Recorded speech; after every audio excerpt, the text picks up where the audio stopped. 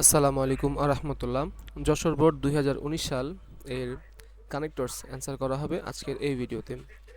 Morning walk is a good habit for all classes of people. সকালে হাঁটা সব শ্রেণীর লোকের জন্যই ভালো অভ্যাস।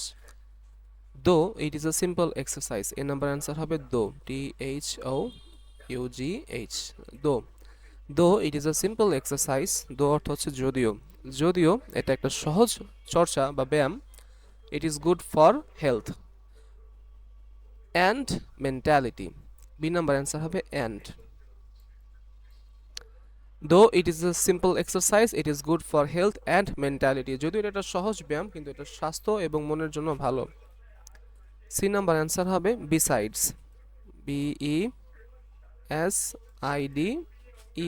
Besides.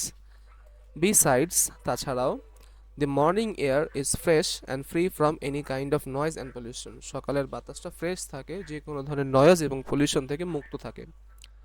Morning walk is such an exercise, such মানে এমনই, সকালে হাঁটা এমনই একটা ব্যায়াম, উইচ যেটা costs nothing but gives more, D number answer হবে but.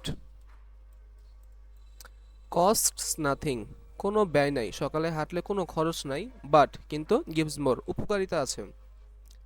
E number answer so তাই we should make a habit of morning walk.